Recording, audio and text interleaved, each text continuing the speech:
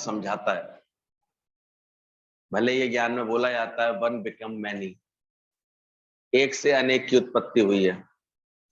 एको ब्रह्म बहुश्याम, मैं एक ब्रह्म हूं, मैं ही सब कुछ होके आया, दूजा नास्ति, सब मैं ही सब होके आया हूं, सब दूसरा बन के आया है। इस पर भी गुरु की वाणी सावधान कर रही है। अगर जब तुम ये कहोगे वन बिकेम मैनी, तो मैनी में नजर चली जाएगी तुम्हारी, यानी फिर बहुवचन हो जाएंगे, अलग अलग देखोगे। साथ साथ ये भी फिर समझ लेना वन इज वन, वो एक ही है, मैनी में रूपांतरित है, एक से ही अनेक बना जरूर है, अनेक में बना होने के बावजूद भी वो एक ही है। ये और साथ में भेद समझना, भगवान का ज्ञान की बात समझना। भगवान ही सब में विस्तार है, ये सब ठीक है, लेकिन फिर सब में एक ही है, वन इज वन। कहते हो एक ही भगवान को देखते हो, तो एक ही भगवान को देखोगे, और मैनी बोलोगे तो नजर मैनी पे चली जाएगी, और जब वन इज वन बोलोगे तो फिर एक में ही रहेगा। तुम द्वैत में पड़े हो, द्वैत भी पूरी तरह से नहीं जाता। क्या दूसरा देखना बंद किया है? अपना अभ्यास अच्छा कर रहे हो कि नहीं कर रहे हो? नहीं तो द्वैत के पासे इतनी जल्दी छूटते नहीं है वो। फिर जो है आदमी दूसरा देख ही लेता है, नाम रूप, ये जगत का इशारा दूसरा दूसरा करके देखता रहता है। अभ्यास यही करना है, बार बार बैठ करके एक तत्व है, एक नूर से सब जग उपजा, इस सत्य का बार बार अभ्यास करना है। या दूसरा देखना बंद किया? जब विक्षेपता आती है तो एकाग्रता के लिए सत्संग में आते हैं। दो ही बातें, दो ही स्थितियां हैं, एक हलचल विक्षेपता, एक स्थिरता। सत्संग में बैठते हैं, स्थिरता देता है ये मन को। जगत का संग इसको बार बार विक्षेपता देता है। पानी में बार बार कंकड़ लगाओगे तो हलचल मचेगी, उसमें लहरें उत्पन्न होंगी। तो जगत में है इच्छा रूपी पत्थर कोई मारोगे इसमें बैठ करके जगत में, तो मन में हलचल आएगी आएगी, स्थिर नहीं हो पाएगा ये। विकारों की अग्नि लगी होगी तो बॉईल करेगा ये समय समय पर। इच्छा इसको भटकाएगी, रुलाएगी, क्रोध इसको भड़काएगा, दुखी करेगा, अहंकार लड़ाएगा, बार बार टकराव पैदा कराएगा, मोह जो अटकाव पैदा कराएगा। एक बात चलती है सत्संग में कि हंस जो होता है वो पानी में जब भी जाता है तो डूबता नहीं है। हंस की एक प्रकृति है, पानी में वो डूबेगा नहीं, उसको इतना अच्छे से तैरना भी आता है, पानी में लिपायमान भी नहीं होता है, ऐसे आता है, उसकी प्रकृति ऐसी होती है। और धरती पर चलता है तो अटकता नहीं है, और आकाश में उड़ता है तो भटकता नहीं है। पानी में डूबता नहीं है, धरती पर जो है अटकता नहीं है, और आकाश में भटकता नहीं, इसलिए उसको परमहंस बोला गया। इसलिए हंस कहाँ जाते हैं? मानसरोवर जाते हैं और वहां मोती चुगते हैं, क्योंकि उसको विवेक जागृत होता है, अपनी यात्रा कहाँ आके पूरी करता है? मानसरोवर जाकर के। सत्संगियों को भी रोज रोज ये ट्रेनिंग दी जाती है, काग पलट गुरु हंसा कीना। काग कौन से काग थे, कैसे काग कौए थे हम, कैसे हंस बनाएगा, इसकी पूरी विधि समझनी चाहिए गुरु के पास आकर। अब अंदर देखो, तुम कितना अंदर से जुड़ करके आते हो गुरु के पास, कैसे आकर के बैठते हो। हंस की तरह तुमने सीखा जगत में, माया में। अब ये डूबता नहीं है, उतरता रहता है। माया तो हर जगह रहेगी, शरीर ही सबसे बड़ी से बड़ी माया है। और अंदर देखो, तुमने ऐसा अभ्यास कर लिया, किसी बात की आसक्ति में तुम डूब तो नहीं रहे हो। गुरु रोज बैठ के ये अभ्यास कराता है।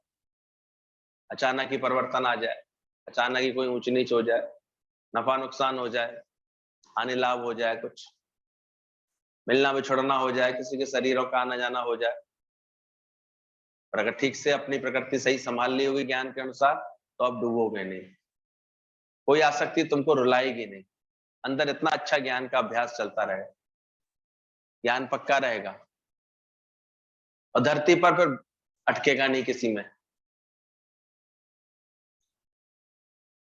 किसी घटना में, किसी की बात में, किसी के स्वभाव में, किसी के व्यवहार में, किसी के बर्ताव से जो अटक जाते थे पहले, वही तो देखो पल पल ऐसे दुखी करता था उनको। शब्द सुने अटक गए, बातें सुनी अटक गए, कोई बात देख ली अटक गए, उसी का चिंतन शुरू हो गया, वहीं अटक गया मन, उसी का बार बार चिंतन चल रहा है, उसी की बात, अरे रात गई बात गई, इस कान से सुना, इस कान से बाहर भी गई वो तो हमारे। यानी इतना अच्छा अपने ज्ञान का अभ्यास करता रहता है, इतना ज्ञान के विचारों में मग्न रहता है कि इसे और जगत के ख्याल, तेरे मेरे के ख्याल, अब उसको जो है उलझाते ही नहीं है, परेशान ही नहीं करते। रोज बात चल रही है आकाश में उड़ने वाला, जैसे हर चीज को, धरती की हर चीज को छोटा छोटा देखता है, ऐसे ज्ञानी के लिए फिर खेल बन जाता है। खेल था, खेल डाला इसी चाल से, गुरु ने झगड़ा खत्म कर दिया, जग में आना ना जाना रहा, खेल है बस, केवल खेल डालो, खेलने के लिए आए हैं, कर क्या सकते हो बताओ। जब शरीर का आ गया, अब श्वास तुमने कैसे पूरी कर दी, इतनी जल्दी पूरी कर दी, कितनी वेस्ट करी, ढंग से यूज किया कि नहीं सिलेंडर का, खुला छोड़ गए, इतना जल्दी जल्दी यूज कर लिया, ओवर जो है ओवरलोड ले लिया उसके ऊपर, लीकेज लगी पड़ी है, तो क्या हुआ, सिलेंडर जल्दी खर्च नहीं होगा। फिर हैरान करते हो, अरे ये तो पूरा महीने भी नहीं चला, 20-25 दिन में ही देखो ये तो खत्म हो गया। फिर दोष लगाओगे शायद कंपनी वाले अब कम भर रहे हैं, ऐसे कर रहे हैं। तो मनुष्य जीवन भी ऐसा ही है, तूने बोया क्या है प्राणी, चला कैसे रहे हो, रखते किन मान्यताओं के साथ हो, चिंता वाला जीवन बना रखा है या निश्चिंत हो, ये आसक्तियां तुमको अटका रही हैं, या तुमने किसी गुरु से बैठ करके निरासक्ति योग ठीक से सीख लिया, उसके बाद भी हम क्या कराएं उसके, और कितनी जो है हम अपना इसमें श्वासों की पूंजी लेकर के आए, ये भी पता नहीं किसी का। बाद में हैरानी होती है, अरे अभी उम्र ही क्या थी, अभी तो खुशियां आई थी, अभी तो इतना खुश हो रहे थे, और कहाँ हो रहे थे, माया में खुश हो रहे थे, शादी पार्टी करके खुश हो रहे थे, दुनियादारी निभा करके खुश हो रहे थे, तो वहां तो तुम्हारी शक्तियां जा ही रही थी, खुशी थोड़ी मिल रही थी, कुछ दिखने का स्वांग कर रहे थे बस, कुछ थे थोड़ी अंदर से। जितनी माणी खुशियां, उतना भयारोग। कैसे देखने में आता है कि अरे इतना लोड ले लिया अपने ऊपर, इतना दिमाग घुमा लिया, इतना ऐसे कर लिया कि चले गए, दुनिया छोड़ के चले गए। एक समय तक झेलता रहता है शरीर, झेलता रहता है, फिर चला जाता। नहीं सावधान होते लोग तो देखो जल्दी उसको दिक्कत आती है। तो अंदर देखना तुम, अटकना भटकना ऐसा खत्म होता जा रहा है। आकाश में यानी ज्ञान मार्ग में, उत्तम मार्ग पर भटकते तो नहीं हो। यहाँ भी हम देखते हैं एक जगह बैठकर ज्ञान पक्का नहीं करते, कभी कहीं भटक जाते हैं, कभी कहीं भटका लेते हैं, पूरी निष्ठा पक्की नहीं करते, पूरे गुरु से कैसे ज्ञान लेने ना मुझे अपने लिए ये नहीं समझते। गुरु में भी कभी भाव रखेंगे, कभी भाव खत्म कर लेंगे, कभी फिर माया, फिर जगत, एक तरफ होने ही नहीं देता मन उनको, फिर भटकाता रहता उनको उनकी जगत की माया में। ज्ञान बैठ करके सीखो, समझो इस चीज को, गुरु से हम कैसा संबंध जोड़ रहे हैं, संबंध हमारा ठीक है कि नहीं, हमारा भाव कैसा है, हमारा भाव पहुंच रहा है कि नहीं गुरु तक, उसमें हमने सही शिष्टाचार व्यवहार निभाया है पूरी तरह से। कहीं ऐसा तो नहीं तुम भी गुरु को रिवाजी मनुष्य समझते हो, रिश्ते नातेदार जैसे समझते हो, तो इतना गुरु को लेकर के सावधान होते हैं, समझते हैं, गुरु की महिमा समझते हैं, गुरु की महत्व समझते हैं, जानते हैं गुरु क्या करता है जीवन में, वो फिर वैसे निभाते हैं, वो अंदर से मिट करके चलते हैं हमेशा। तो देखना तुम कैसे मानसरोवर तक तुम्हारी यात्रा चल रही है, पहले गुरु ये तो देखे, ज्ञान के लिए तुमको इतना प्यास है, इतना तुम्हारे अंदर में हिम्मत है चलने के लिए, इतनी लगन है, मोती चुगते हो। अभी तो ना चुनाव कौन सी बातों का होता है, अभी अज्ञान की बातें या कोई ज्ञान की बात उठाते हो हर एक जगह से। प्रेम करते हुए दिखते हो गुरु को सब जगह, निष्काम सेवा करते हुए दिखते हो कि नहीं दिखते हो, ये सब चीजें देखी जाती हैं। हंस आकाश में कहीं भटकता नहीं है, गुरु भी हमें इतना परमहंस बनाता है जो हमारा चित्त कहीं भी आसक्त नहीं होता, ज्ञानी अपने ही रस का आनंद लेता है और भटकता नहीं है, वो जगत से कुछ मांगता भी नहीं है, उसके अंदर कोई मांग नहीं रहती, कोई इच्छा नहीं रहती, इतना निर्लेप न्यारा, ऐसा अपने आप को बना लेता है।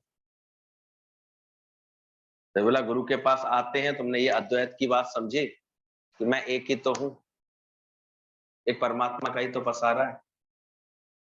जब विक्षिप्तता आती है तो एकाग्रता के लिए सत्संग में आते हो, कभी मान मिला जी भर भर के, कभी देखा करो तुम्हारे सत्संग करने का अभी अंदाज कौन सा है, सर में दर्द हुआ चलो भाई डॉक्टर के पास चलो, एक तो ये अंदाज होता है। ज्यादातर लोगों का कामना वाला संबंध होता है गुरु से, आज कुछ तकलीफ हुई चलो आज ध्यान आ गया, आज खाली बैठे इसलिए सत्संग की ध्यान आ गई, आज कोई अचानक कारण आया था तो अरे देखो गुरु जी यही बात बताते थे चलो आज सत्संग चलते, उस दिन सत्संग आ गए। या यहाँ भी आकर के आए तो जरूर गुरु के प्रेम में, रोज का नियम भी बना, लेकिन अभी कामना वाला संबंध है, कब सुनेगा गुरु, मेरी कब होगा, देखो फलाने के यहाँ तो बात हो गई पूरी, मेरी मेरे यहाँ कब होगी, ऐसे इन्हीं कामनाओं में घूमता रहता है उसका चित्त, ये कामना वाला संबंध होता है। और ऐसे लोगों के लिए यही देखा गया है, अगर कामना पूरी होगी तो भी वो फिर ज्ञान से अपना मन हटा देता है, नहीं होगी तो भी हटा देता है, कुछ दिनों बाद उसको अंदर में लगा, अरे मेरी बात तो अभी तक बनी नहीं, ये नहीं समझेगा कामना को त्याग मन जब आएगा, आत्म आनंद तो तभी पाएगा, वो आत्मा का आनंद, सत्य का आनंद कब पाएगा उसका मन, जब सारी वासना को, सारी कामना को त्यागेगा अपने अंदर से। तो एक कामना का संबंध रख के हम गुरु के पास आते हैं, एक प्रेम का संबंध, धीरे धीरे प्यार बढ़ता है गुरु से, लगन बढ़ती है, प्रेम में तो देखा करो एक जैसे दीवानगी सी आने लगती है, बात मानने का शौक होने लगता है, गुरु के वचनों पर चलने का अंदर में शौक बनता है, खुशी लगती है अंदर से, तो गुरु समझ जाता है अब इसका प्रेम का संबंध है, तेरा प्रेम खींच के लाया मेरे सांवरिया तेरे द्वारे, ऐसे अंदर से भजन निकलते हैं, भाव में रहता है वो अंदर से, उसको लगता है कि तो खींच रहा है ऐसे गुरु के दर पर मुझे, तो प्रेम है ना उसका, खींच लाता है उसको ऐसे, तो प्रेम का संबंध जुड़ता है। और प्रेम में तो देखो सच्चा प्रेम होता है तो बात मानने में कितनी तत्परता होती है, हाँ हाँ जैसे तुम कह रहे हो वैसे प्रेम में होता है, कितनी जल्दी मान लेते हो उसकी बात, कैसे उसको रिझाने का हर वक्त जतन होता है जहां प्रेम होता है, कैसे उसको ऐसे रिझाए रखने का अंदर शौक होता है, तो उसके साथ झगड़ा करने का मन करेगा जिससे प्रेम होगा, अरे कोई बात नहीं अब जैसा कहें जैसा आपकी बात, ये प्रेम का संबंध बनने लगे गुरु से हमारा। फिर बोला श्रद्धा, प्रेम से ऊपर चढ़ती है वो श्रद्धा का संबंध होता है, अब श्रद्धा आ जाती है तो सेठ कहे सागर का पानी मीठा, तो कहिए हाँ जी हाँ, श्रद्धा का संबंध जब जुड़ता है तब ज्ञान का लाभ हमें मिलने लगता है, इससे पहले नहीं मिलता। प्रेम में आप खुश रहेंगे, आनंद में रहेंगे, कामना में तो खैर भटकते ही रहेंगे, प्रेम का संबंध हो जाएगा गुरु से तो खुशी आएगी, आनंद आएगा, भरपूरता आएगी, उमंग भी बहुत आएगी, अच्छा लगेगा, समय समय बड़ा प्रेम है, गुरु का प्रेम बहुत अंदर से अच्छा लगता है, लेकिन अभी भी अंदर में ज्ञान स्थिर नहीं होगा, मन फिर ऐसे भटकाएगा। लेकिन जब श्रद्धा बनेगी गुरु के साथ तो आप देखेंगे कि अब कैसे हमारा ज्ञान प्रकट हो रहा है, अंदर में मनन चलेगा, अंदर से तुम्हारे ज्ञान, मन अंदर जो दे उपदेश ताए जानो सच्चा दरवेश, अब गुरु तुम्हारे मन के अंदर बैठने लगा, प्रेम के रास्ते गया जरूर लेकिन श्रद्धा बन के अब तुम्हारे अंदर बैठ गया गुरु, अब ज्ञान के वचन तुम्हारे अंदर से प्रकट होने लगे, सत्य के वचन, फिर चौथा संबंध बोला गया भक्ति का संबंध। यहाँ भगवान मिलना शुरू हो जाता है। भगत के बस में है भगवान। भक्ति होती है, देखो हमारे अंदर में भाव अच्छे होते हैं तो देखो गुरु को तुम्हारा ख्याल आता है, क्योंकि तुम भी किस में बैठे होते हो, गुरु के ख्याल में बैठे होते हो। हम तो यहाँ बहुत महसूस करते हैं, उधर सजे इधर बजे। हमने कहा अचानक उसका ख्याल क्यों आया, अचानक उसके लिए संकल्प क्यों आया, अचानक उस प्रेमी का ध्यान क्यों आया, समझ जाते हैं उसने भी अभी भी याद किया होगा, उसने भी कोई भाव जगाया होगा। अब भाव जगा करके वो कोई अगर किसी बात के लिए बुलाता है, प्रेम रखता है, करता है, तो पैर खिंच जाते हैं। वो पता लग जाता है ना उसके बुलाने के तरीके से, बार बार बुलाएगा, बार बार फोन करेगा, बार बार कहेगा, तो बात बन जाती है। बाकी ब्रह्मज्ञानी गुरु को तो कहीं आने जाने का अपनी कोई इच्छा तो होती नहीं किसी के पास जाने की, पर प्रेम खींच लेता है, वो लेके जाता है। फिर कोई अपने भाव से ऐसा रिझाता है कि गुरु को फिर लगती है कैसे इसको और ज्ञान पक्का कराएं, कैसे इसको और ज्ञान पक्का कराएं। तो इन बातों को पहचानना चाहिए। गुरु के पास आकर के अभी हम कौन से लेवल पर जी रहे हैं, कामना वाले तल पर, प्रेम वाले तल पर आ गए हैं कि नहीं आ गए हैं, भक्ति आ रही है कि नहीं, श्रद्धा है कि नहीं अंदर में। भक्ति में तो फिर अद्भुत, फिर तो रानी दीवानी कहने लगे। वो तो भक्ति का फिर ऐसे अंदर में भाव आ जाता है, उसके तो फिर सारे मेरा कम करे करता है, फिर तो ऐसे लगता है गुरु और वो ऐसे एक है मिलकर। भक्त माना ही है, वो जुड़ा हुआ है हर वक्त गुरु से। अब गुरु ही बोलेगा मन की हर बोली, और उसके मन में और कोई बात नहीं आएगी, आवश्यकता नहीं लगेगी उसे कुछ और। तो इन बातों का जरूर ऐसे मनन करना चाहिए रोज। क्या मेरे अंदर में ऐसी श्रद्धा, ऐसी भक्ति जागृत हो रही, भक्त के अंदर कितनी सही जो है अंदर में ऐसी भावनाएं आ जाती है, अपने आप ही केवट के अंदर भावना आ गई कि आज मौका मिला है तो क्यों ना मैं इनके चरण धो। योजना तो भले ही ऐसी बनाई कि भाई तुम्हारा भरोसा नहीं है, आपके पैरों में जादू है, हमने खबर सुन ली है, पत्थर को छू लिया था आपने, वो अहिल्या नारी बन गई थी, मेरी नाभ में पैर रखोगे तो कहीं ये नारी बन गई तो मेरा क्या हाल होगा, मैं तो उसी के सहारे अपनी रोजी रोटी कमाता हूँ। तो बोले चाहता क्या है, बोले कुछ नहीं, बस प्रभु आपके पैर एक बार धो तो लूं, आपके चरण रज में कुछ जादू है, तो जादू में समाप्त कर दो। भगवान समझ गए इसका आशय है क्या, क्या जरूर ऐसा रहा है, वास्तव में तो मेरे पैर पकड़ना चाहता है। और ऐसा जब केवट ने किया तो आज उसकी भक्ति के जो जो भी भावनाएं थी सब अमर हुई है कि नहीं।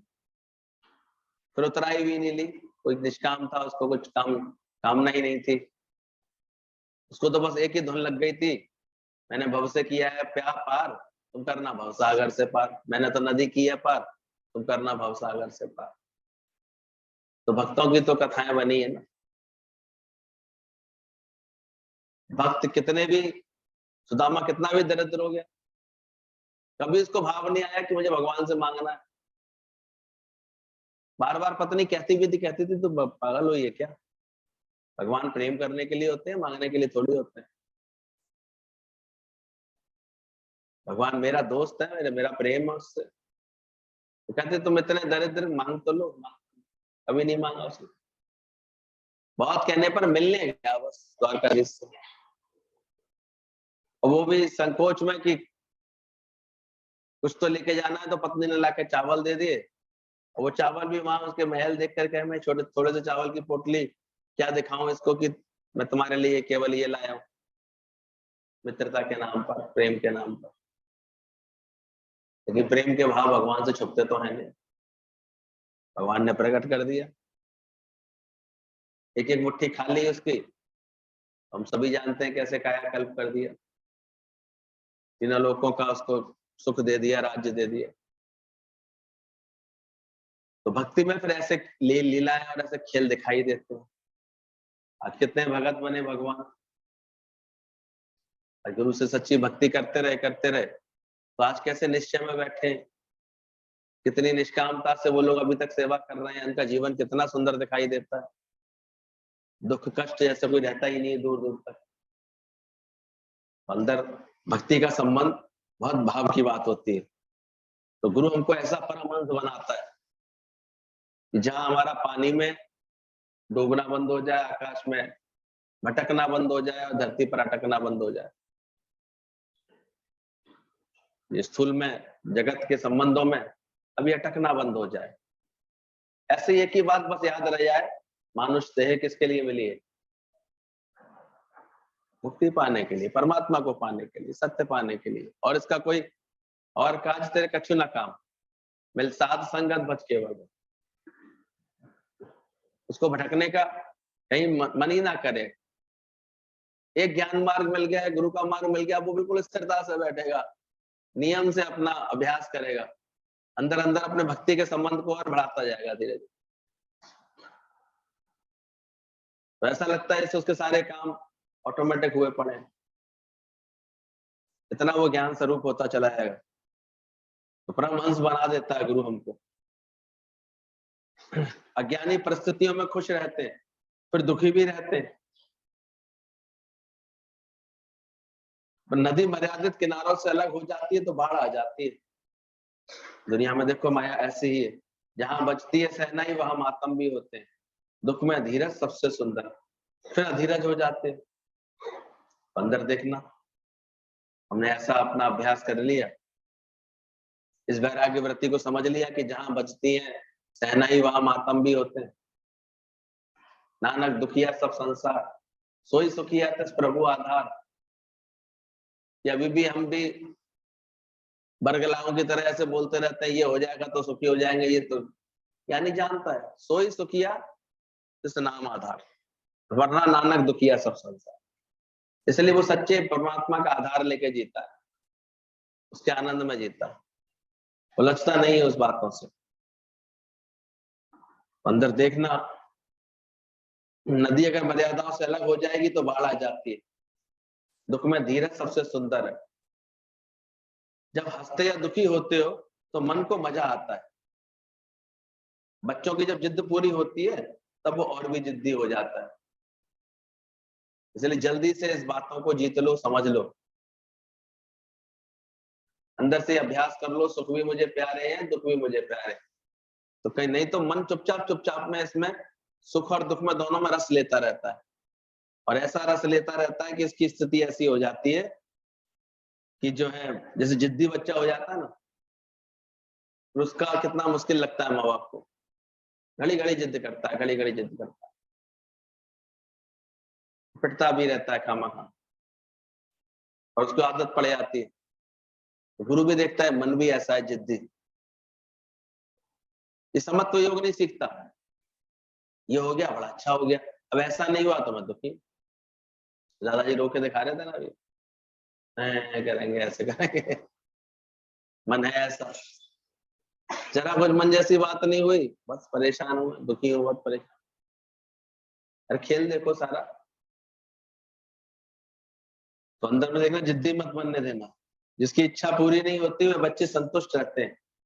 बचपन से जिन बच्चों को इस डिसिप्लिन में रखा जाता है कि उनकी सारी इच्छाएं पूरी नहीं करते हैं, हम देखते हैं धीरे धीरे वो संतुष्टि अपने अंदर में खोज लेते हैं।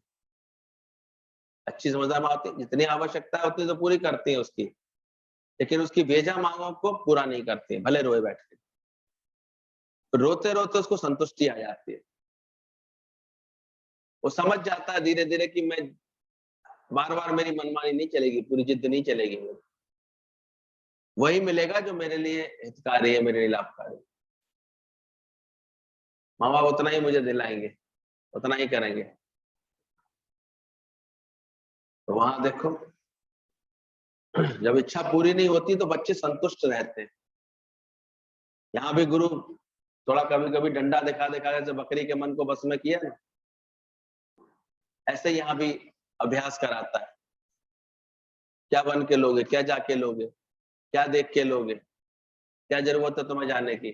शुरू में तो रेड लाइट लगवाता है, अगर ज्ञान पक्का करना है तो पहले ये जीतो। जगह जगह क्यों भटक रहे हो, कहाँ कहीं पर क्यों जाते हो? कोई भी कर्म करो गुरु से पूछ के करो, गुरु से बता के करो। गुरु आज्ञा दे तो करो, आना जाना करो, नहीं तो चुप करके बैठ जाओ, मुड़ जाओ वहां से। बाकी दुनिया के और लोग हैं, घर परिवार में और लोग हैं, उनको वो अगर कोई निभाने अपने संबंध को निभाते रहे। ज्ञानी को अब निभाना ही परमात्मा से। इतना जब अंदर में दृढ़ता आती है ना, तब ये ज्ञान का अभ्यास पूरा हो। तो अंदर देखना, जितनी इच्छा पूरी होगी तो वो उतनी अधिक जो है और जिद्दी बन जाएगा। और नहीं होगी सारी इच्छाएं, सारी कामनाएं तुम्हारी जगत में पूरी ना हो, तो भगवान के शुक्राने करना। हम शुक्राना कब करेंगे? जब कोई हमारी इच्छा पूरी होती है। और ज्ञानी कब शुक्राना करता है? जब इच्छा, वाह भगवान तूने छुड़ा दिया, दिने दुख हुआ अंधेरे राजी रहना, तब वो राजी रहता है, तब वो शुक्राना करता है, वाह भगवान वाह, छुड़ाया तुमने।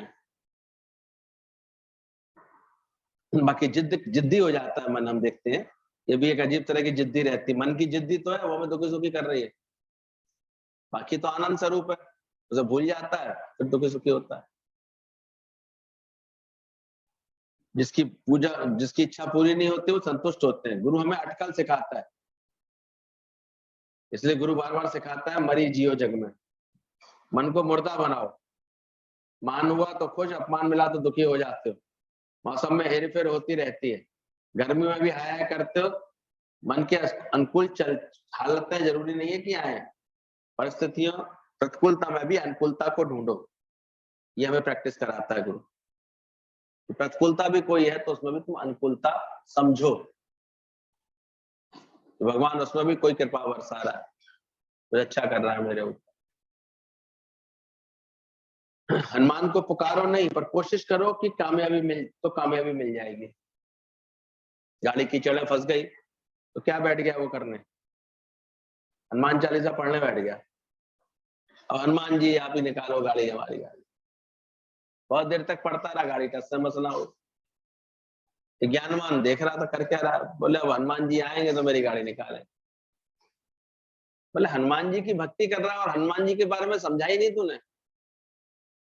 हनुमान जी यहाँ बैठ करके, कोई जो बैठ करके राम चालीसा पढ़ते, क्या करते? वो तो पुरुषार्थ करते, छलांग लगाते, वो तो हिम्मत दिखाते, तो लगन दिखाते, तो देखो तब राम की कृपा उन्हें मिल जाती। तो मैं कैसे हनुमान को समझाए?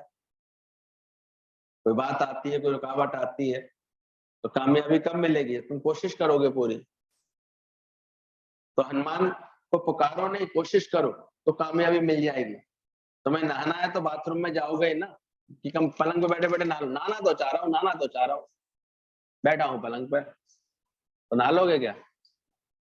ऐसे ही उसकी सफाई भी तुम्हें ही करनी पड़ेगी।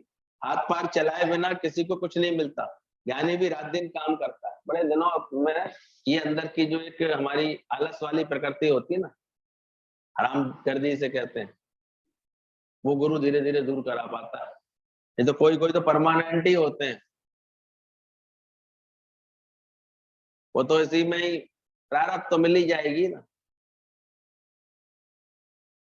वो ठीक से कर्म में कुशलता नहीं लाएंगे, अपने कर्म में उत्साह नहीं भरेंगे, कर्म में जो उमंग नहीं भरेंगे, कर्म को कुशलता से नहीं करेंगे, उलझे उलझे रहेंगे। कर्म करेंगे तब उन्हें भगवान याद आएगा। अरे गुरु जी कहते हैं डू नथिंग बी नथिंग, तब ऐसी ऐसी बातें करेंगे। जब सामने सेवा का मौका आएगा, कर्म का मौका आएगा, तो और फिर ज्ञान में बैठेंगे, सत्संग में बैठेंगे तो मन चलाएंगे, हमें खाना पीना क्यों नहीं ढंग से मिल रहा है, देखो फलाने को तो ज्यादा मिल रहा है, हमको तो कम मिल रहा है, वहां ऐसे करेंगे। क्योंकि गुरु कहता है ज्ञान में बैठो तो पूरी तरह प्रारब्ध के विश्वासी होकर के अपने सत्य स्वरूप से जुड़ करके आनंद में बैठो। और जब 6 घंटे के लिए, 7 घंटे के लिए किसी कार्य पुरुषार्थ के लिए जाओ, तो वहां पूरी अपनी चित्त की एकाग्रता लगा के उस कार्य को ऐसा करो कि तुम्हारा अच्छे परिणाम निकल करके आए। ये है समझदारी। तो करते इसका उल्टा है। वहां तो आलस दिखाएंगे, प्रमाद दिखाएंगे, तू चल मैं आता हूँ, चुपड़ी रोटी खाता हूँ, ठंडा पानी पी। और सत्संग में इच्छा रख करके आएंगे, फिर यहाँ भी दुखी रहेंगे। तो ज्ञानी जहां भी रहता है फिर दुखी रहता है। तो ध्यान रखना, ज्ञानी भी दिन रात काम करता है, गाड़ी चलानी सीखते हो तो ब्रेक भी सीखो, जीवन की गाड़ी को चलाना सीखो, पीछे भी करना सीखो, अड़ो नहीं। सीधी गाड़ी चलाओगे तो चोट भी खाओगे। तो हो गया सरदार जी का एक्सीडेंट, मोड़ आया, मुड़े नहीं। तो ऐसे ही हो जाता है बहुत सारे लोग। कल भी कोई कह रहा था भैया 4 बार तो मुड़ जाते हैं और 5वीं बार क्या होने वाला है? एक्सीडेंट ही एक्सीडेंट दिख रहा है। हर बात में इतनी ऐसा ऐसा मन बना लेते हैं अपना, हर एक से खफा है, हर बात में उसकी बुराई देख रही है, खराबी देख रही है, बैर है, विरोध है, इतना पाल लेते हैं, धारणाएं बना लेते हैं, ये तो ऐसा करेगा, देखना ऐसे करेंगे, ऐसे कर। सुखी रह ही नहीं पाओगे तुम तो, इससे अच्छा अकेले रहो।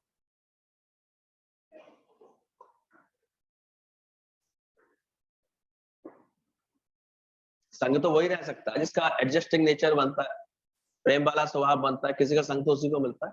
ये तो घर घर आग लगी पड़ी है, लास्ट में डिसीजन यही लेते हैं हम साथ नहीं रह सकते। ये क्यों नहीं रह सकते? हमारे गुरु जी कहते थे हमारे यहाँ तो देखो कितनी वैरायटी के लोग कितने मिलजुल के रह लेते हैं, कैसे हम तो एक एक के स्वभाव से आनंद ले लेते हैं। तुम भी सीखो ये आर्ट। हम तो इसके संग रह नहीं सकते। व्यर्थ की इतनी कामना भर रखी है तुमने अपने अंदर, व्यर्थ में इतनी इच्छा बना रखी है, इतनी धारणा बना रखी है हर एक के बारे में, उलझते रहते हो। यानी इसके विपरीत परमात्मा के लगन में रहता है अच्छे से। दादा ने आर्ट ऑफ लिविंग सिखाई इसलिए हमको, किसी से उम्मीद नहीं रखो, पूरी नहीं होगी तो रोना पड़ेगा। दादा को भी नौकर ने जब जवाब दिया कि मैं समोसा नहीं लाऊंगा हमारे प्रेमियों के लिए, मैं किसी काम में जा रहा हूँ अभी, तो दादा ने कहा शुक्राने है, तुमने मुझे सेवा का मौका दिया। दादा ने उसी क्षण अंदर में ये विचार किया, इसके थैंक्स है, देखो आज मेरे प्रेमी आ रहे हैं तो मुझे होना चाहिए। मैंने देखो व्यर्थ में इसका आधार ले लिया, और दादा के पास तो ज्ञान तो तुरंत अपना मन मोड़ लिया। तुम घर में ऑर्डर दे करके आते हो कि भाऊ तुम काम करके रखना, अरे गुरु तुम्हारा है, तुम खाना बनाओ। तुम सत्संगियों को कह देते हो कि ये बना लेना, गुरु को बुला रहे हैं, बुला हम रहे हैं अपने घर में, और सेवा कैसे करा रहे हैं? हम देखते थे गुरु जी को ये बात कभी पसंद नहीं आती थी। बोले तुम अपनी भाव, तुमने बुलाया, तुम्हारा सबरी का भाव है, तुम्हारा प्रेम था, तुमने उस दिन क्या अपने लिए गुरु के लिए कुछ भी, क्या सेवा से बनाया, क्या भक्ति से बनाया, वो गुरु को पसंद आएगा। तुमने यहाँ वहां से सबसे करके सहयोग करके काम कर भी लिया, तो उसमें तुम्हें पूरी खुशी नहीं आएगी, ना गुरु को रिझा पाओगे फिर ऐसे कर। भगवान तो भाव का भूखा है, प्रेम का भूखा है। दुर्योधन की मेवा भी त्यागता है, वो तो साग बिदुर कर खाता है, ऐसा भाव होता है। हमारा भाव कैसा है, कितना भाव है? पूछो, पूरा भाव था? गुरु के लिए हम अभी कितने लगन वाले हैं, कितने प्रेम वाले हैं? लाभ तो बहुत चाहिए। यहाँ तो हम देखते हैं, इसलिए दुनिया के गुरु लोग अपनी पहले बकत करवाते हैं, कीमत करवाते हैं, दर्शन देने के भी पैसे रखवा लेते हैं, पैर छूने तक के पैसे रखवा लेते हैं, हार चढ़ाने तक के पैसे रखवा लेते हैं, वहीं शायद बुद्धि ठीक रहती है। तो सच्चा गुरु साधारण रूप में आके व्यवहार करता है ना, तो समझते हैं आ जाएंगे ऐसे। लेकिन बिना भाव के गुरु से भी कुछ नहीं मिलता। भाव बिन सुनी पुकारे, क्योंकि गुरु नहीं है, भगवान होता है। मैं कभी सुनता नहीं, और भाव वाले भक्त का भरपूर मुझ पर भाव। तो है भाव का संबंध, ध्यान रख। भाव तुम्हारे एक एक भाव गुरु तक पहुंचते हैं। शुरू में एक आते थे गुरु जी के पास, बोले मुझे तो उनके पास आने में डर लगता नहीं, इसमें ऐसा क्या डर है आपको? बोले भैया तुम जानते नहीं, इनके पास ऐसा करिश्मा है, एक ख्याल अंदर आ रहा हुआ हमारे तो उन्हें पता लग जाए। तब तक मैं ये बात समझता नहीं था कि गुरु के पास ऐसी पावर होती है। लेकिन बाद में जब मैंने अपने खुद के लिए महसूस किया कि हमारे हृदय की एक एक स्थिति, मन का एक एक भाव छुपता नहीं है गुरु से। और हम देखो कितने कुत्ते बिल्ली मारते रहते हैं घर में बैठे बैठे मन के अंदर, भाव पहुंचेगा तुम्हारा? कभी कभी देखो बाहर गुरु आ जाएगा तो बड़ी विनम्रता, बड़ा झुकते, बड़ा ऐसे दिखाएंगे, और फिर पीछे अरे ऐसा वैसा ये देखे हमने, ऐसे ऐसे ऐसे बोलते रहते, तो भाव पहुंचता नहीं है क्या उस तक? जब तुम्हारा ही गुरु ऐसा सिद्ध करा देता है कि इधर सजे उधर बजे, तुम देखो तुम्हें सबका प्यार क्यों नहीं मिल रहा है, इधर कितना कितना तुम अंदर उल्टा सीधा सजाते रहते। तभी बोला गया है गुरु के द्वारे तेरा आना ही बहुत है, बोल के ना बोल पछताना ही बहुत है। मन अंतर से बुरा मिटाना, तब दिखे सकल सृष्टि सारी। ये अंदर वाला इतना सच्चा है, और सच भी तभी पाएगा जब ये परमात्मा को भी तभी पाएगा, गुरु को, जब सच्चा होता जाए। अंदर समझ रहे थे, गुरु के अंदर इतना शांति, इतनी कहते हैं ना निराकार समाया होता है, तो उसको एक एक बात हर एक के मन की पता लग जाती है, उसे कोई बात छुप नहीं पाती। इसलिए और सावधान होना चाहिए गुरु के साथ। दुनिया वालों के संग भले तुम कैसा व्यवहार करके आए हो, लेकिन गुरु के साथ बहुत सच्चाई से, बहुत नम्रता से, निमाड़ेपन से तुम्हारा व्यवहार जब होता है, तभी गुरु को समझ में आती है बात। अंदर में तुम्हारी चतुराइयां उसको तुरंत समझ में आ जाती हैं क्या कर रहा है, तो बुलाया गुरु को और चंदे से खिलाते हो, और अपने बेटे की बर्थडे में कितना खर्च कर लेते हो। किसी को इतना आया भाव, क्योंकि गुरु ही बोलेगा मन की हर बोली, तो गुरु ऐसा मिलता है तब ये बात समझ में आती है।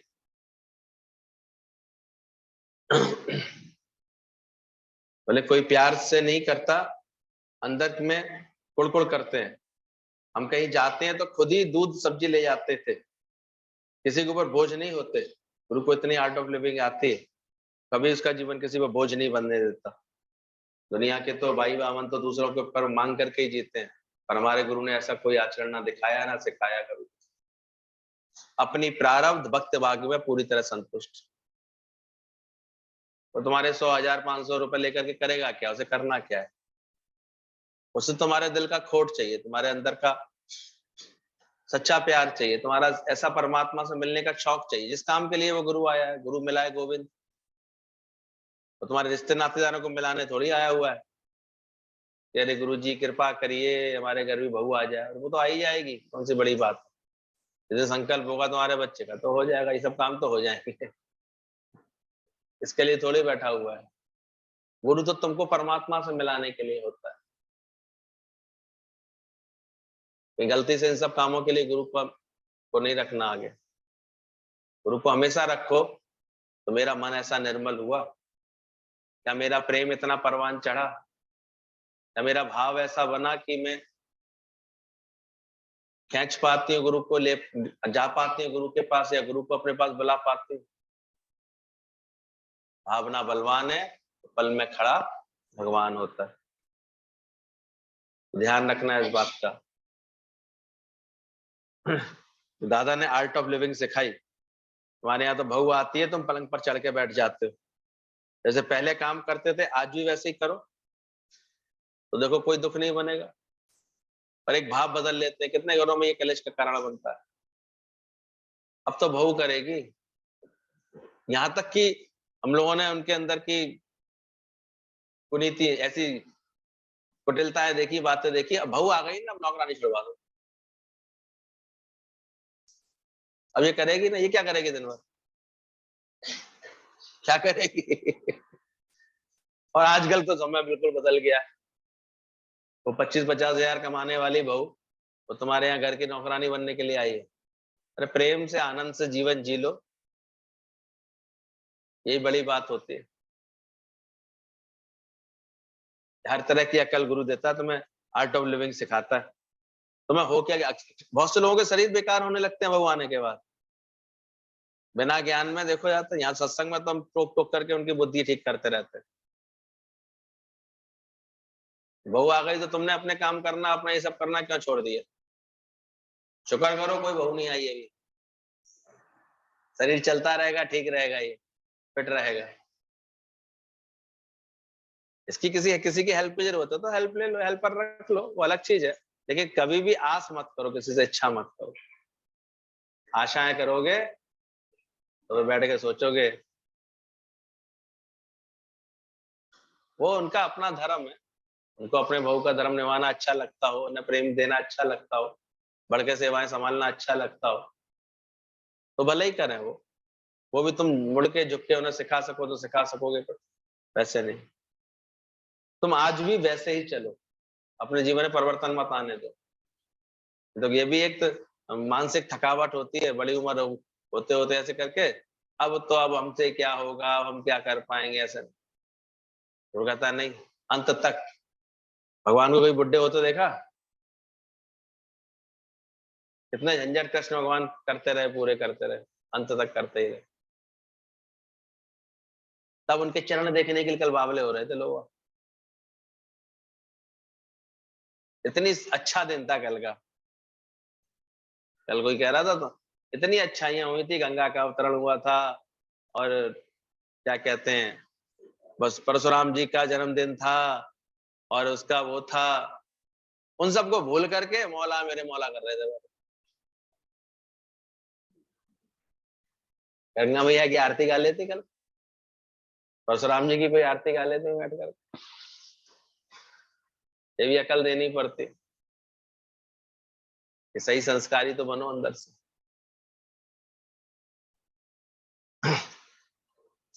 कल का दिन कितना, कहते हैं कल के पैर के दर्शन करने के लिए कितनी भीड़ गई है देखने के लिए, बताओ, माँ के बिहारी के मंदिर में।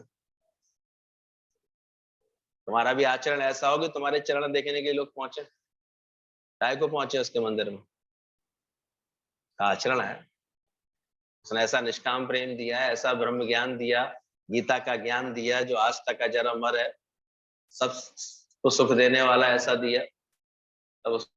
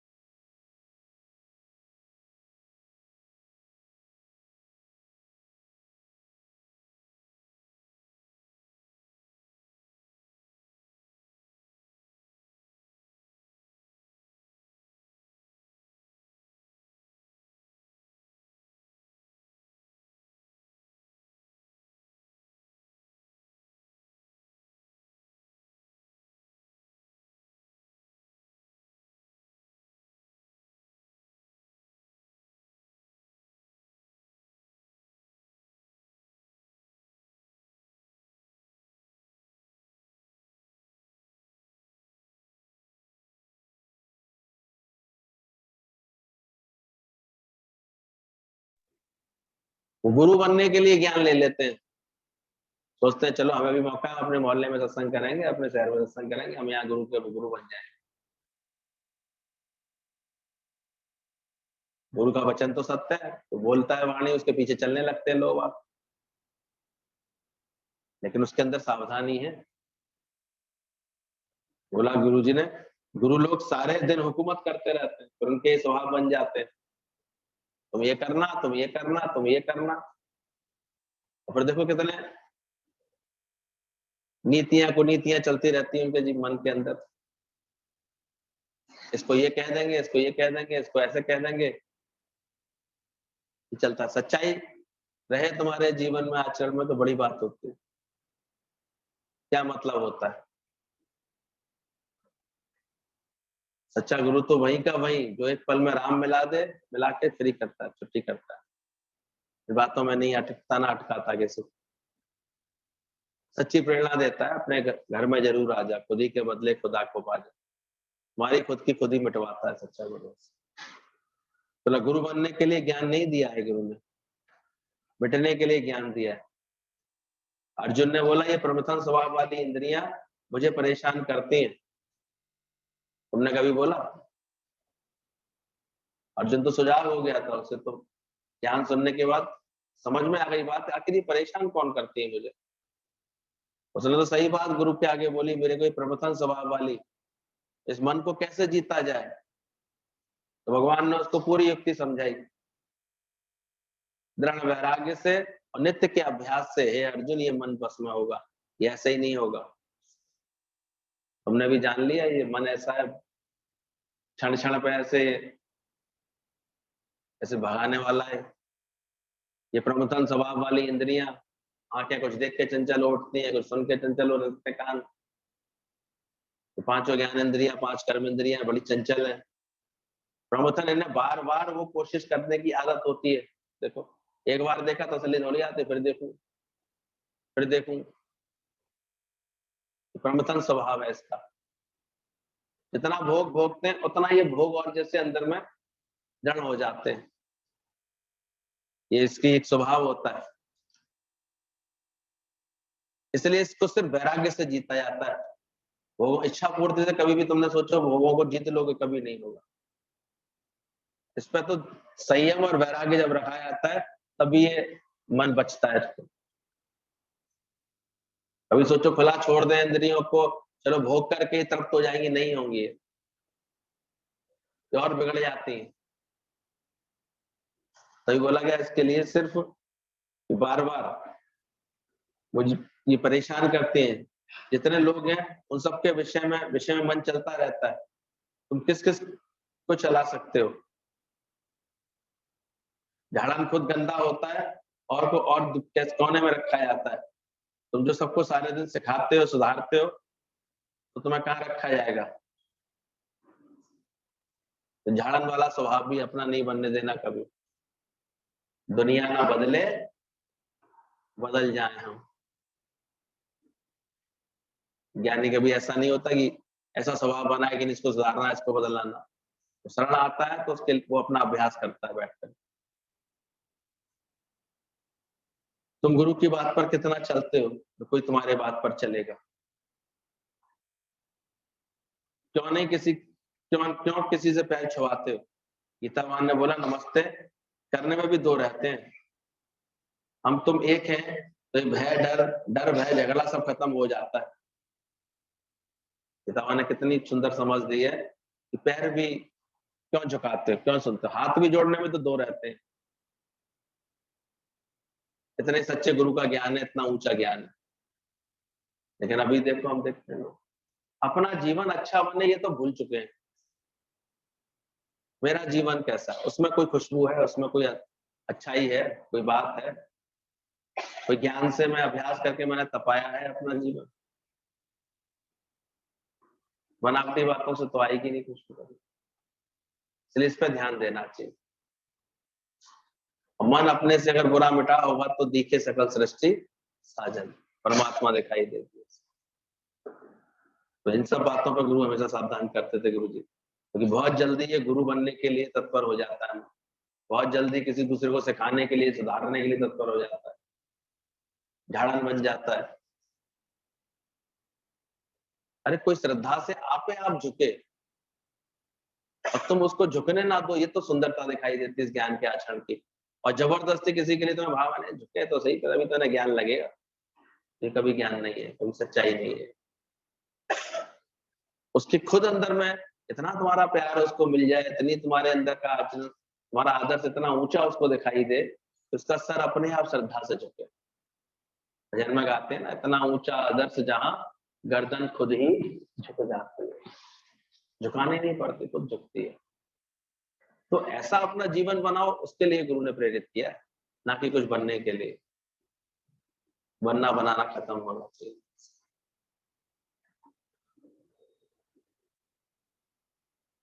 डर भय झगड़ा सब खत्म हो जाएगा। तुम तो गुरु से भी द्वैत की बात करते हो, किसी की बुराई करते हो, मतलब भगवान की भी शिकायत करते हैं। ये भी ध्यान रखना। इसलिए सत्संग करने वालों को भी सावधान होना चाहिए। कभी आपस में बैठे भी किसी के साथ तो कभी तीसरे की बात नहीं होने दें। हाँ, अपना अज्ञान क्या है वो मिटाओ। तुम्हें अपने लिए क्या पक्का किया है वो बताओ। तुमने अपने लिए क्या सीखा है वो बताओ, वो पक्का करो। ना कि कभी बैठ के तीसरे की बुराई करना। और ज्यादातर हम देखते हैं यही शुरू हो जाता है बाद में। कुछ चमचियां बन जाती हैं, फिर वो आकर के रिपोर्ट देने लगती है इधर से उधर की। कुछ लोगों को बड़ी धारणा बन जाती है, तो चमचियों से लड़ लिए होते हैं, तो हमारे लिए जरूर ने ऐसे कह दिया, वो ऐसे धरणा से भर जाते हैं, ने जरूर गुरु के अंदर मेरे लिए ऐसे अरे, वो अपना भाव दिखाओ, अपना प्रेम रखो। सच्चा गुरु होगा तो उसके ऊपर इन सब चीजों का फर्क नहीं पड़ता है। एक ही तो संकल्प करके बैठता है, सबका जीवन बने बस अच्छा। तो ऐसे अपनी हस्ती मिटाने का शौक आ जाए, ज्ञान का अभ्यास करने का शौक आ जाए, लगन में रहने का शौक आ जाए अंदर से, तो ध्यान रखना इस बात का भी। तुम तो गुरु से भी द्वैत की बातें करते हो, अगर दूसरे की बातें करते तो, या शरीर की बातें करते हो तो ये भी गुरु से करने की आवश्यकता नहीं होती। भगवान ने सुंदरता देखने को आंखें दी है, मुख से निंदा क्यों करते हो? वैसे निंदा हमारी जो करे तो मीत हमारा हो। हाँ, तुम्हारी कोई निंदा कर रहा है तो उसके लिए ज्ञान अलग है, कि निंदा हमारी जो करे वो हमारा मीत होता है, यानी ये वो हमारी भलाई कर रहा है। लेकिन तुम अपने अंदर में, तुम्हें आंखें क्या देखने के लिए दी है? सबके गुण देखने के लिए, सुंदरता देखने के लिए। तुम क्यों किसी की बुराई ला रहे हो अंदर में? समझो गुरु कौन सी बात गुरु सिखाता है, क्या बनाना चाहता है तुमको। निंदा करने वाले उपकार कर रहे होते हैं, सावधान करते हैं। प्रशंसा करने वाले तुम्हारी उन्नति रोक देते हैं। उल्टा जो प्रशंसा करे तो वहां बच के चलना, निंदा होए तो खुश रहना। अभी तो कबीरदास जी बोल के गए, निंदा हमारी जो करे मीत हमारा सोए, बिना पानी साबुन के निर्मल करे स्वभाव। निंदक नेरे राखिए, निंदकों को मैं अपने घर के पास रखूं, क्योंकि वो ही तो है जो बोल करके, कह करके, सुन करके हमारा उन्नति कराएंगे। सच्चाई से बताओ, तुम्हारी कोई निंदा करता है, तुम्हारे बारे में कुछ बोलता है, या कोई धारणा बना के बैठा है, तुम्हें उसके साथ कैसा लगता है?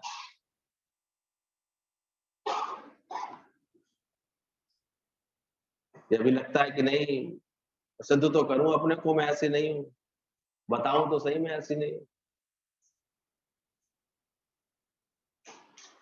तो अपने अंदर का देखना, कैसी तुम्हारी अंदर में वृत्ति बनी है। इसलिए अपना जीवन बनाने में ही पूरा उम्र निकल सकती है।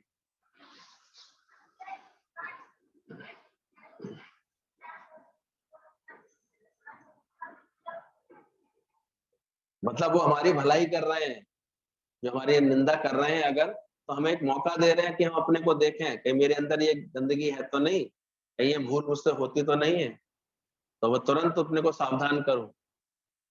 तो निंदा हमारे सो करे तो मीत हमारा होए। वास्तव में वो क्या कर रहे हैं हमारी?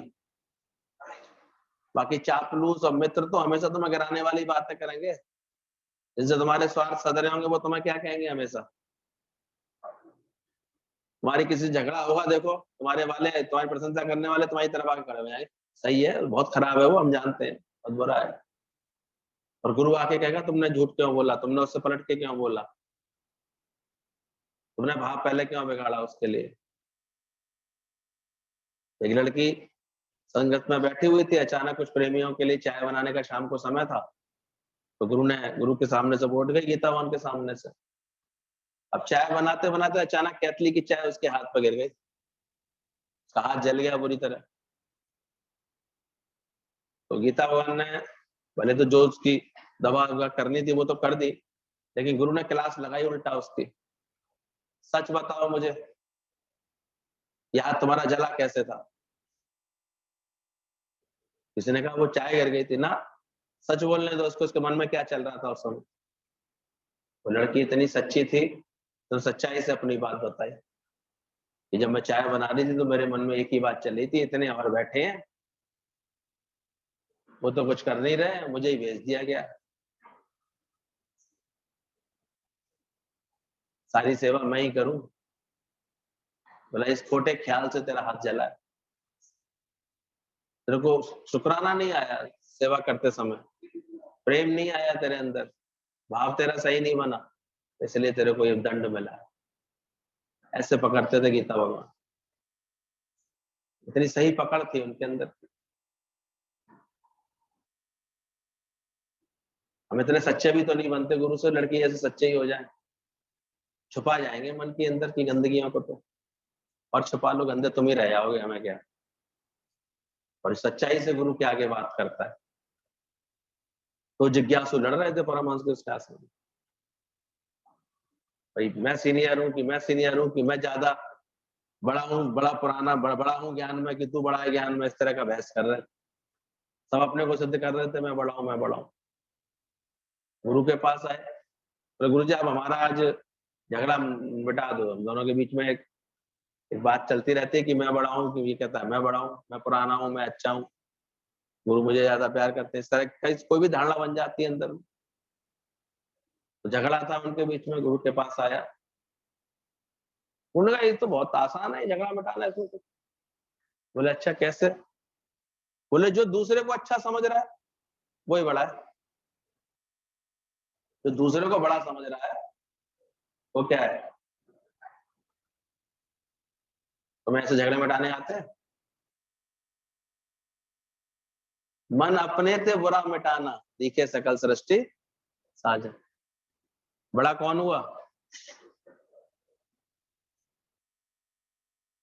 आपस को जो कछु ना जनावे सोई पंडित वर्जुन ना पावे, खत्म हो गई बात। तुम अंदर में ही आट आते, हाँ कछु नहीं। इस समझ के साथ चलना हमेशा जीवन में है। मैं क्या? हाँ मैं बड़ा हूँ, और अब ये कहना शुरू कर दें कि तू बड़ा है भाई मुझसे, तुम मुझसे श्रेष्ठ, तुम बहुत अच्छे हो, तुम मुझसे बड़े हो, तो झगड़ा रहेगा? हो गया निर्णय। जो ये समझ रहा है कि दूसरा बड़ा है, ये उसका बड़प्पन है, ये उसके बड़े होने की निशानी है। आ गई होगी समझ में तो आगे व्यवहार समझ जाएगा, नहीं तो अहंकार तो टकराव करता ही रहता है। और हरिजन तो हारिया। किसी का बेटा या पति प्यार करते हैं, किसी को मार पड़ती है, नहीं देखा? किसी के घर परिवार वाले बड़े अच्छे व्यवहार करते हुए दिखाई दे रहे होते हैं, किसी के रोज रोज उसकी आरती सी उतार देते हैं अच्छी खासी। तो ये भी कर्मों का हिसाब किताब है। किसी को रेशम का था, किसी को किसी से कुछ मिलता है, तो ध्यान है ना। क्या हुआ था जब राजा के यहाँ पुत्र पैदा हुआ, उसने पहले किसको बुलाया? वो गुरु को बुला के लाया। उसे इतनी गुरु में श्रद्धा थी। इनकी सही श्रद्धा होती है, वो अपने घर सब काम से पहले किसको याद करते हैं? पहले गुरु से निभाते हैं, दुनिया से तो नहीं। दुनिया तो राजी होने की अपने आप हो जाती है, वरना मिलता क्या है जगत से बेकरारी के साथ। तो राजा ने सबसे पहले गुरु को बुलाया। गुरु आया, बोला अच्छा चलो, रानी भी बड़ी खुशी से, बच्चा गुरु की गोदी में दिया गया, सब तरफ बड़ी खुशियां मन रही थी। लेकिन गुरु ने बच्चे को देखा, निहारा, तो कहता राजन थोड़ा सा कपड़ा लेकर के आओ, रेशम के वस्त्र बुलाओ, थान लेके आओ। उस थान से हाथ लगाया बच्चे का, बोले राजन संकल्प कर दो दान करने का, कर दिया। बच्चा थोड़ी देर बाद मर गया। अब तो रानी बहुत परेशान, ये क्या हुआ? गुरु को तो आशीर्वाद देना था, बच्चे की उम्र होनी चाहिए थी, ये मेरा बच्चा चला गया। अब रानी को तो गुरु को लेकर के एकदम से भाव बिगड़ने लगा, लेकिन राजा का सच्चा था वो। दोबारा फिर आस बनी, दूसरे साल फिर बच्चा पैदा हुआ, फिर एक लड़का पैदा हुआ, फिर गुरु को बुलाया उसने। अब रानी कहे रहने दो ना गुरु जी को, और घर के जो पंडित जी है वही काम करवा लेंगे, गुरु जी को ही क्यों बुला रहे हो? बोले नहीं, हमारे यहाँ तो गुरु आएगा। अब गुरु आया तो फिर वही उसने देखा, उसका चेहरा देखा, कुछ गुरु के अंदर में भावना आई, और उसने जो है बोला राजन जरा कुछ असरफियां लाके दो जरा, वो उसके हाथ से छुपाई, और फिर ऐसे करके बोले दे दो, दान कर दो। फिर वो बच्चा मर गया थोड़ी देर बाद। अब तो और हाहाकार मच गया। अब तो पूरी इतनी महिलाएं थी, वो सबकी सब, जरूरी है राजा को गुरु को बुलाना, देखो गुरु के आने से क्या हो गया, ये कैसे हो गया। अब तो मायके वाले भी आ गए राजको रानी के, वो भी कूद पड़ते हैं, न ज्यादा बातें हो, समझाने लगे ऐसी अच्छी बात नहीं है, गुरु जी को रहने ही दिया करो। और राजा की श्रद्धा पक्की थी। तीसरी बार हुआ तब फिर ऐसा ही, गुरु को बुलाया गया। अब के गुरु ने बोला राजा ने धराओ, राजा की उंगली काटी, एक बूंद खून उसके मुंह में डाला। थोड़ी देर बाद बच्चा, अब तो सब बिल्कुल चीख चीख के मना कर रहे थे, क्या हो रहा है? बच्चा फिर मर गया। फिर चौथी साल आसमंदी, चौथी बार फिर राजा तो पक्का था, बोले गुरु जो है जरूर आएंगे, गुरु जो है। गुरु को फिर बुलाया। अब तो रानी बहुत ऐसे उलझ रही थी, लेकिन इस बार गुरु ने कहा सब धीरज रखो। उस बच्चे को लिया गोदी में, देखा ऐसे, बोले ढोल बजाओ, तांसे बजाओ, लड्डू बटवाओ, खुशियां मनवाओ, खूब अच्छे बच्चे के ऊपर नछावर करके जितना भी करो दान पुण्य सब अच्छा है। खूब खुशियां होने लगी उसकी, बहुत अच्छे से खुशियां हुई। अब गुरु तो आशीर्वाद देके चले गए। जाने लगे तो रानी बड़ी उदास बैठी हुई थी। राजा ने कहा तुम उदास क्यों बैठी हो, इस बार तो सब ठीक है, कोई दिक्कत नहीं है, अब तो राजकुमार तुम्हारा बड़ा हो गया, अच्छे से ठीक हो गया। बोले अगर वो चारों भी जिंदा होते तो आज चार भाई खेल रहे होते, तीनों भी जिंदा होते तो चार मिलके खेल रहे होते। बोले इतना मन चला रही है, गुरु से पूछ लेना गुरु ने ऐसा क्यों किया। तो गुरु को बुलाने ले गया राजा, गुरु रानी को, गुरु जी कुछ पूछना चाहती है आपसे।